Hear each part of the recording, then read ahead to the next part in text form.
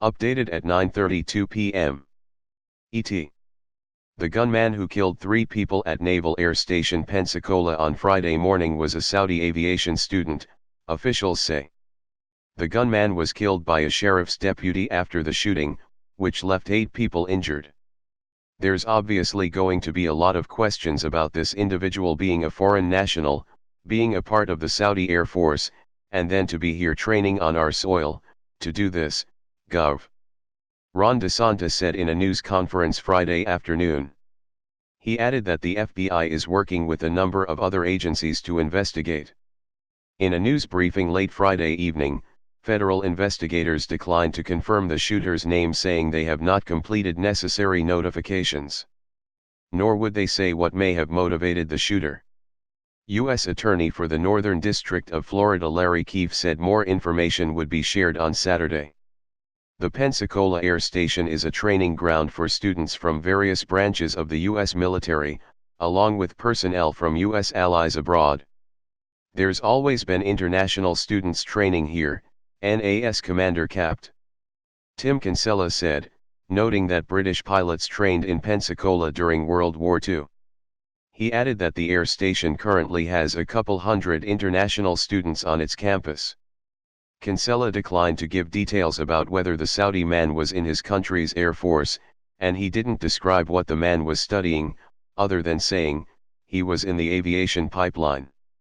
Weapons are not allowed on base, he said, referring to the Pensacola base's policy of not allowing any personnel to carry a firearm unless they're specifically authorized to do so and need a weapon to perform their duty, such as providing security. President Trump spoke about the shootings at a White House event Friday, saying, "It's a horrible thing that took place and we're getting to the bottom of it. This was not a murder, this was an act of terrorism," Rep. Matt Gaetz told local TV station WARE 3 News. Noting that the FBI is taking over the case from the Naval Criminal Investigative Service, he said, "That is the signal that this will now be treated by our government as an act of terrorism, not a murder."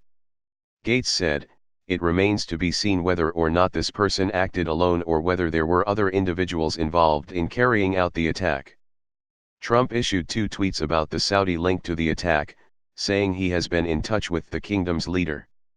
King Salman of Saudi Arabia just called to express his sincere condolences and give his sympathies to the families and friends of the warriors who were killed and wounded in the attack that took place in Pensacola, Florida. The king said that the Saudi people are greatly angered by the barbaric actions of the shooter, and that this person in no way, shape or form represents the feelings of the Saudi people who love the American people. Of the gun used in the shooting, Escambia County Sheriff David Morgan said, it was a handgun. The first call of an active shooter came in at 6:51 a.m. local time, Morgan said. Deputies who responded to the scene engaged the attacker in a shootout that transpired over 2 floors of a classroom building at the military base, Chief Deputy Chip Simmons said. One of those deputies killed the shooter, he said. 2 sheriff's deputies who responded to the scene have injuries that are not life-threatening. One was shot in the arm and one in the knee, officials said at a news conference held at the air station's front gates late Friday morning. Walking through the crime scene was like being on the set of a movie, Morgan said. He says his agency is not looking for any other assailants. There was some real heroism today, I mean real heroism, Kinsella said in an afternoon news conference. He added, "I'm devastated. We are in shock, this is surreal. But I couldn't be prouder to wear the uniform that I wear, because of my brothers and sisters in uniform, civilian or otherwise, what they did today to save lives." The U.S. Navy says the air station will be closed for all of Friday as authorities investigate, with only essential personnel allowed onto the site. Gaetz tells WARE 3 News that the attack took place at Building 633, which he describes as right in the center of the campus. The large building houses the Naval Air School's command, and in Navy documents that are online, Building 633 is identified as the place where new aviation students should report to have their orders signed. The nearby Baptist Hospital says it received 8 patients from the shooting. Authorities later said one of those patients had died while receiving care. The hospital did not provide other details, other than saying it's working with the Navy to get in touch with relatives of the people who were hurt.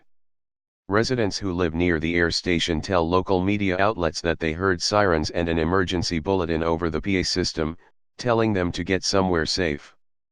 Both gates of NASP are currently secured due to reports of an active shooter, the air station announced in a brief Facebook post about the attack Friday morning. This doesn't happen in Escambia County. It doesn't happen in Pensacola, it doesn't happen to our friends and neighbors who are members of the United States Navy, said Morgan, the sheriff. He added, but it did.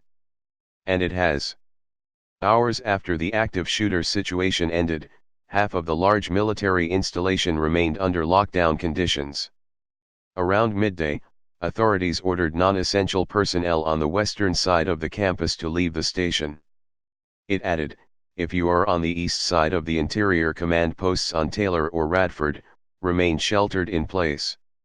It's the second shooting at a U.S. Navy facility this week, coming 2 days after a Navy sailor shot and killed 2 civilian employees at Hawaii's Pearl Harbor military installation.